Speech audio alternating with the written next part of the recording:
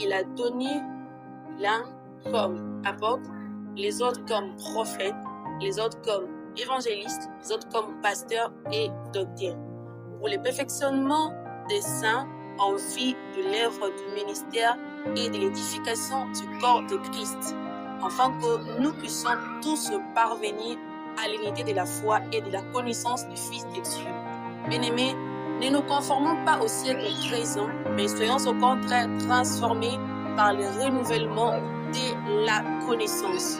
Chers fidèles téléspectateurs, bienvenue à vous dans ce nouveau numéro de l'interview Juste pour la gloire de Dieu. On a choisi de parler aujourd'hui de l'appel au ministère et de la transformation. Alors prenez vos places, likez, commentez, mentionnez un bien-aimé et abonnez-vous si vous n'êtes pas encore abonné. Ça a toujours été un immense, réel plaisir pour nous de vous présenter ce podcast qui vous édifie, qui vous exhorte, qui répond à vos questions. Alors aujourd'hui, je reçois un homme de Dieu. Il est prophète. Il est responsable de l'extension de l'église évangélique Le Vainqueur. Alors, on la reçoit ici aujourd'hui. Il s'appelle le prophète Néhémie Moupine, à qui on dit shalom et bienvenue, prophète. Ouais, shalom. J'espère que vous allez bien. Oui, très bien. Nous sommes vraiment ravis de vous voir aujourd'hui parmi vous et j'espère que c'est le cas pour vous. C'est un plaisir de partager avec vous. Vraiment ça, aujourd'hui on a choisi de parler du ministère ainsi que de la transformation. Mais on va d'abord commencer par le ministère. Veuillez nous dire, par rapport à ce que la Bible dit, comment définissez-vous l'appel au ministère? Voilà, merci pour la parole. Moi, je définis l'appel au ministère. Le ministère, d'abord, depuis au moment où la personne appelée prend conscience. Et c'est là, a toujours pour signe la rencontre directe entre l'appelé et celui qui l'appelle. Donc, s'il faut définir précisément l'appel au ministère, je dirais, le ministère, c'est un service, c'est une tâche que Dieu donne à quelqu'un pour exercer dans le domaine du genre, tel que professionnalisme. Maintenant, on entre dans les synergies, on entre dans le sous de l'appel, Dieu l'appelle. Et c'est à ce moment que ça va. Si je définis brièvement le ministère, je dirais que l'appel au ministère, c'est le moment où l'homme rencontre Dieu qui appelle et par lequel Dieu lui dit, Dieu lui explique exactement ce qu'il doit faire. Dans le cas de Moïse, lorsque Moïse a rencontré Dieu, l'appel de Moïse pouvait être défini par la rencontre de Moïse et Dieu.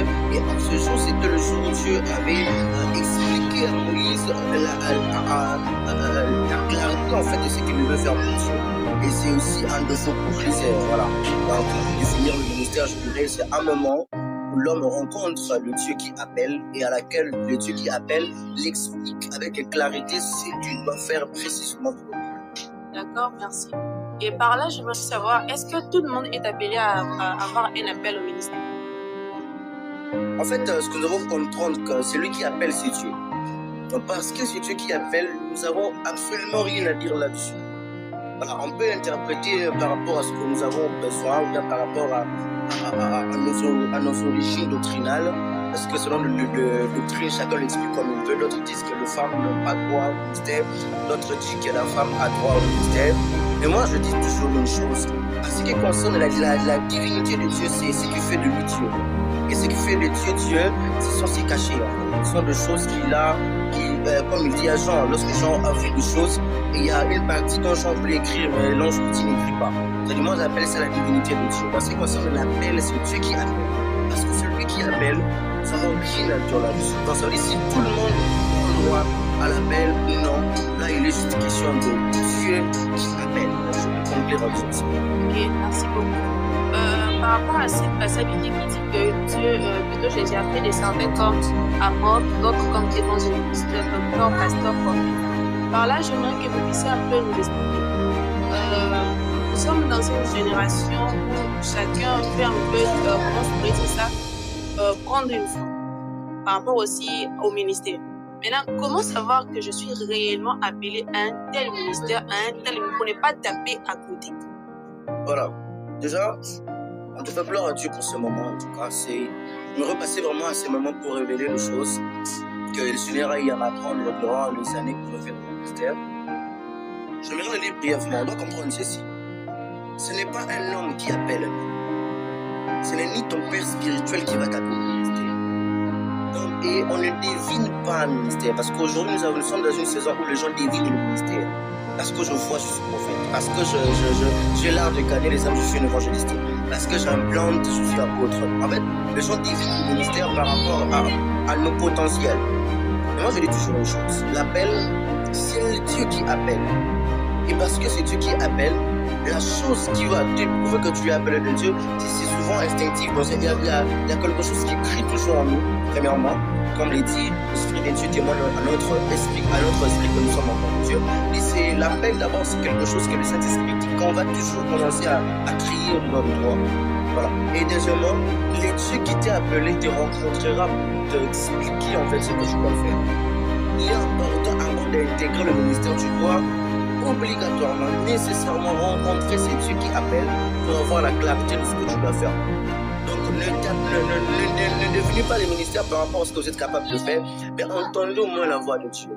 Dans le ministère, on ne le devine pas, mais on reconnaît le ministère par la révélation de Dieu. Donc c'est Dieu qui a appelé, qui doit vous révéler qui vous êtes exactement par rapport à son appel. Parce qu'il y a beaucoup de gens qui paient à reconnaître sa facette, il y a pasteur, mais il n'est pas pasteur. C'est que dans l'amendement, j'appelle ça la maturation. La maturation, c'est l'ensemble des étapes que nous traversons pour arriver à la maturité. Et à chaque étape, la personne est potentiellement, ou la personne a sa casquette, et toutes ces casquettes peuvent aider lorsqu'on peut amener la maturité. Il est possible que quelqu'un puisse sa casquette à pasteur. C'est pas qu'il est pasteur, mais Dieu fait à ce qu'il apprenne le pastoral parce que même s'il est appelé à être apôtre, mais dans l'apôtre là, il aura aussi besoin du pastoral. Et parce qu'il en aura besoin, Dieu va traverser un moment de pastoral pour qu'il apprenne encore de nouveau. Donc ne confondez pas les choses. Attendez exactement la voix de celui qui vous a appelé. Si exactement il vous a appelé, il vous parlera. Il vous parlera obligatoirement. Donc ne soyez pas pressés. Ça va vraiment attentif à la conduite. Merci beaucoup. Par là, je voulais savoir, mais un peu nous parler par rapport à votre expérience avec Dieu. Comment est-ce que vous avez su que le Seigneur était en train de vous appeler à ce ministère que vous êtes dans ce sujet? Voilà, merci beaucoup encore. Moi, personnellement, c'était d'abord une conviction, comme je l'ai dit, l'Esprit de Dieu témoignait, l'Esprit de Dieu créé en moi. Je suis un appelé de Dieu, bien que je ne maîtrisais pas tout. Et au fur et à mesure, j'avançais avec le Seigneur, la soif augmentait, au fur et à mesure, j'entendais la voix de Dieu. Bien que je l'entende plus loin, mais je voulais en fait m'approcher, car la soif pousse à s'approcher de la personne qu'on attend de loin. Lorsque Martin a entendu Christ, cela lui a poussé à s'approcher.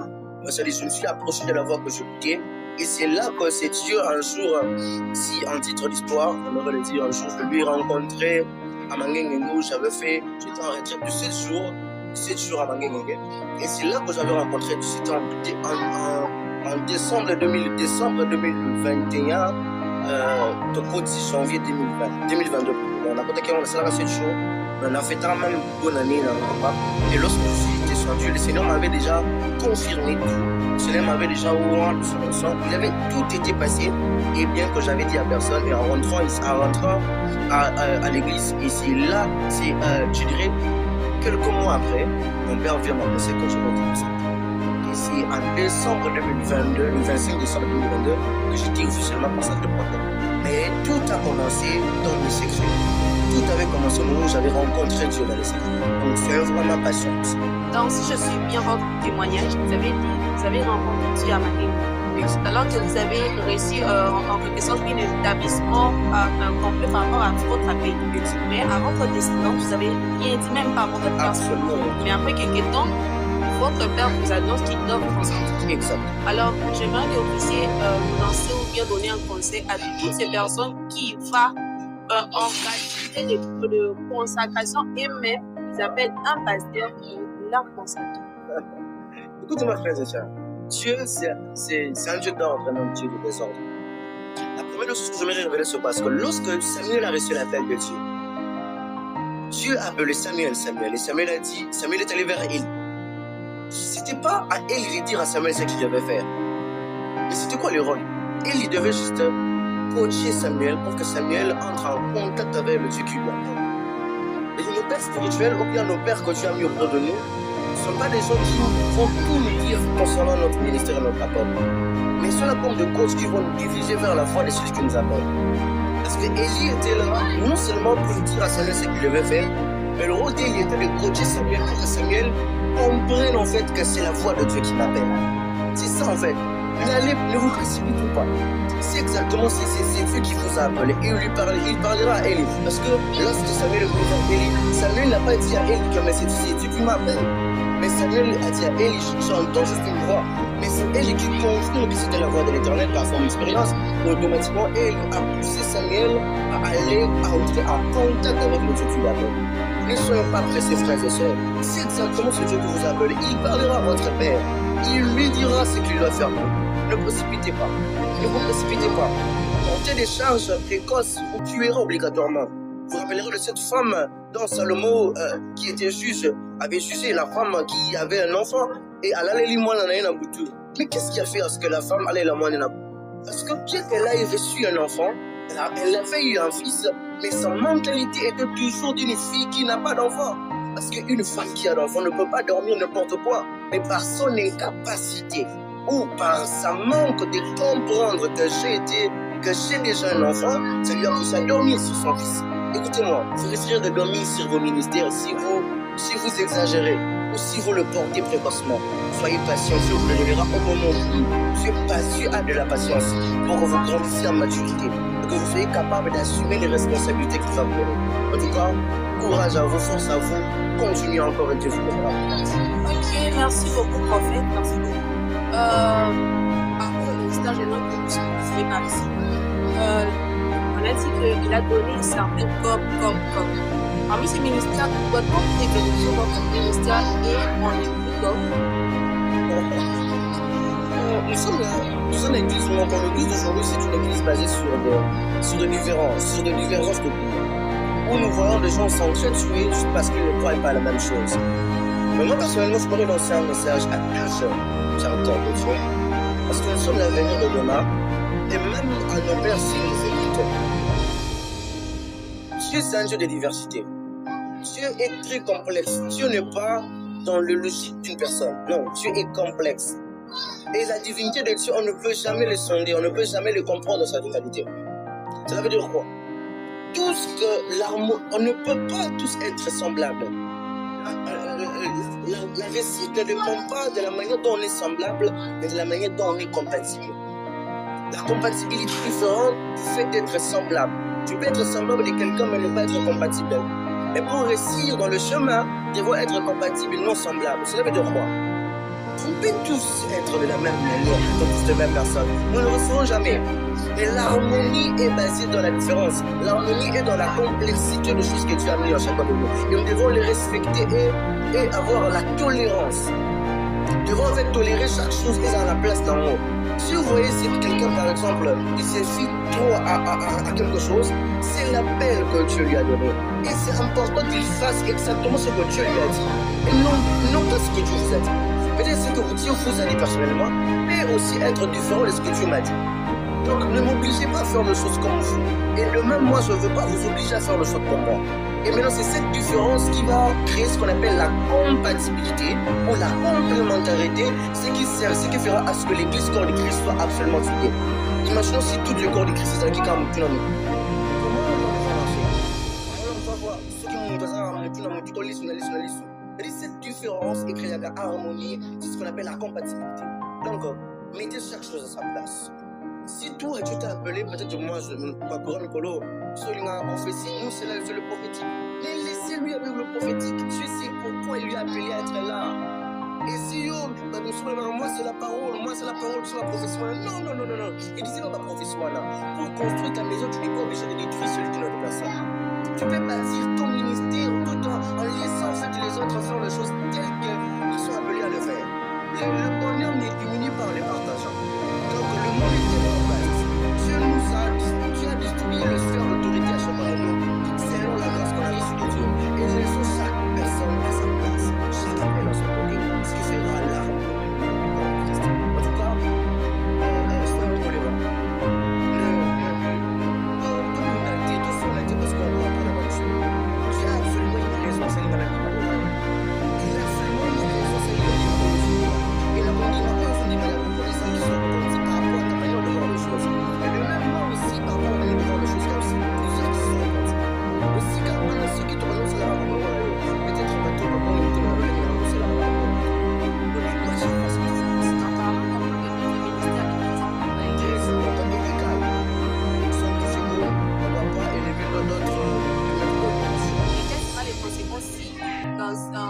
églises négligent d'autres ministères et en considèrent d'autres. Voilà, j'aimerais dire ceci. L'église est dirigée par Jésus et non par nous. Et si exactement l'église est dirigée par un homme, ils vont nous laisser être conduits par le vent de l'esprit. Parce qu'il a dit que je vais, mais je ne vous laisserai pas les orphelins. Il est venu pour nous conduire. Laissons-nous être guidés par le Saint-Esprit. Tu as une église, tu as des gens que tu encadres, mais les encadres pas selon ta manière de voir les choses. Mais laisse-toi être conduit par le Saint-Esprit. Parce qu'il y a certains qui valorisent le pastorat et négligent le prophétique. En fait, moi je ne dirais pas qu'ils ont tort. Parce que je ne sais pas comment ils ont rencontré. Je ne sais pas qu'est-ce que Dieu lui a dit lorsqu'il a rencontré. Je ne peux pas lui dire qu'il a tort. Mais juste dire, laissons-le être guidé par le Saint-Esprit. Et celui qui valorise le prophétique, je ne sais pas pourquoi il valorise ça. Je ne sais pas qu'est-ce que Dieu lui a dit. Parce qu'on peut juger quelqu'un, on ne maîtrise pas la bête et la notion de Dieu. Laissons vraiment, tu vois. Et chacun fait exactement ce que Dieu lui a dit. Ok, merci beaucoup. Allons par rapport à la transformation de l'église. On va parler du ministère aussi de la transformation. Et le ministère étudiant les questions qu'on a utilisées par rapport au ministère qui n'avait été sujet ici, bien qu'on a vu. Pendant le temps, on a la transformation. Et l'Écriture nous dit que nous ne pouvons pas penser que nous soyons transformés par le renouvellement de conscience. Mais avant d'expliquer cette expression-là, ça signifie quoi? Voilà, merci. En fait, la première chose qu'on doit comprendre, Dieu veut établir une différence entre ce qui l'appartient et ce qui ne l'appartient pas. Et cette différence n'est pas seulement une différence basée sur l'argent. Parce qu'aujourd'hui, lorsqu'on parle, si on ne parle pas de penser que vous verrez de nouveau la différence entre toi et l'église, que si vous en avez un bon, vous en avez pas. Si vous en avez pas, bon, vous en avez pas. Mais la véritable différence que Dieu veut établir entre ce qui l'appartient et ce qui ne l'appartient pas, c'est une différence des conceptions. Et lorsqu'on parle de l'intelligence c'est la capacité de comprendre, si je peux dire généralement. Et nous devons, lorsque Dieu veut renouveler notre manière de vivre, notre intelligence, c'est renouveler notre manière de comprendre les choses. Et quand on parle comprendre les choses, on parle. Et la manière de nous fait souvent, simplement, on ne doit pas juger les choses comme nous. On ne doit pas faire les choses comme nous. On doit voir le monde avec les yeux pas dans le païen. On doit voir le monde avec les yeux de Dieu, avec l'intelligence de Dieu. Et nous ne conformons pas ceci. Ne faisons pas tel qu'il semble. Nous faisons par rapport à l'esprit qui a nous. Voilà, la transformation de l'intelligence, c'est changer notre manière de voir les choses. Et ça a un rôle très important d'être transformé. Ok. Maintenant, par rapport à cette intelligence et connaissance, c'est quelle intelligence? L'intelligence de la mathématique, de quelle science? Voilà. Lorsqu'on parle de renouvellement de l'intelligence, c'est un renouvellement pour la vision à la science ou à la conception. L'intelligence que la Bible est en train de parler, comme je le viens de le dire précédemment, c'est notre capacité de juger les choses. Notre capacité de comprendre d'abord la parole de Dieu. Notre capacité de comprendre d'abord le monde qui nous entoure. Ça veut dire quoi? On ne doit pas comprendre le monde qui nous entoure comme nous. Cette intelligence doit donner la capacité, cette intelligence renouvelée doit donner la capacité de comprendre les choses non pas comme le païen. Ce qui va pas être païen, ça va pas mais ce que ça le voit par contre au Canada. Et notre intelligence est basée d'abord sur notre capacité de ne pas voir les choses comme le païen, ne pas interpréter les choses comme les païens, ne pas qui comme parce que on voit par les esclaves sur l'internet, mais tu verras un enfant de Dieu intervenir la foi pasteur il avait passé sur la TV et sans pas penser à ça. Donc on doit vraiment éviter ce chose. Lorsqu'on parle de l'intelligence de la mathématique, c'est notre manière de comprendre les choses. Merci. Merci beaucoup.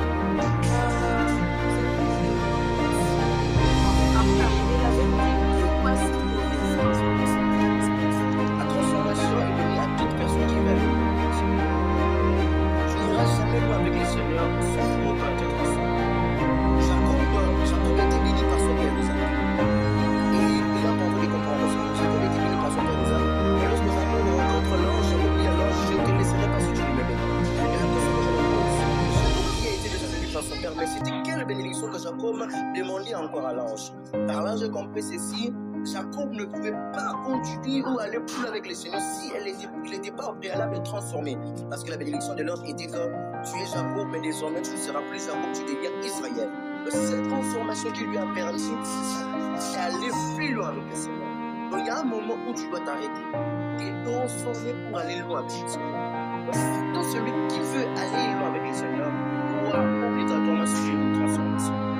Ok, merci beaucoup. En fait, vous êtes responsable de l'école de l'espiritisme. Je ne sais pas, vous êtes ici, parce que vous êtes ici à moi. Voilà, je l'ai dit parce que c'est vraiment ce qui est très vaste. Voilà, l'école de l'esprit est un moment où c'est vous avez deux choses. Le monde de l'esprit à propos de primordial, développement de l'esprit, ainsi que le travail de travail. C'est aider le justice sans capacité pour les jeunes sortants de Dieu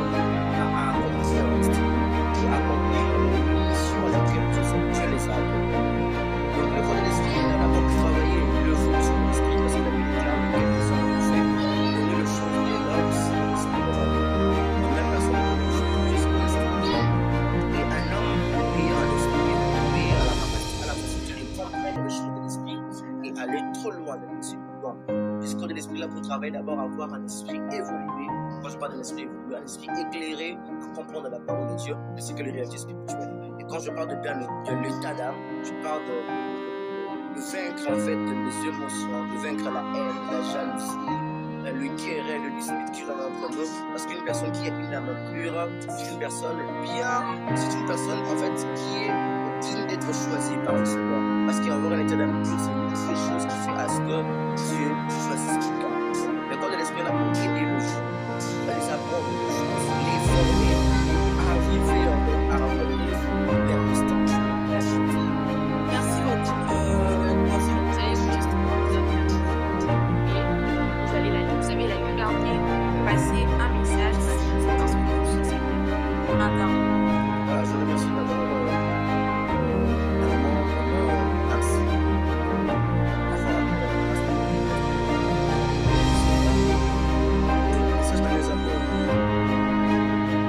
Je lance un message à tout le monde qui est dans le sacerdoce.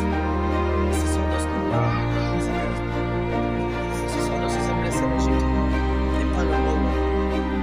Je dis, il y a beaucoup de gens qui sont dans le sacerdoce aujourd'hui. Il y a beaucoup de gens qui sont dans le sacerdoce sans être appelés par le Seigneur. Ils sont en train de fuir le sacerdoce et le message que Dieu m'a demandé de donner à quelqu'un est que Dieu va purifier son sacerdoce. Dieu va purifier ce sacerdoce en éradiquant, en enlevant toutes les entrées ou toutes ces personnes qui ont accepté le sacerdoce sans pour autant être appelées par Dieu. Parce que nous avons trois types de gens qui sont dans les sacerdoces aujourd'hui. Un, nous avons les gens qui sont dans les sacerdoces par influence. Il a été influencé.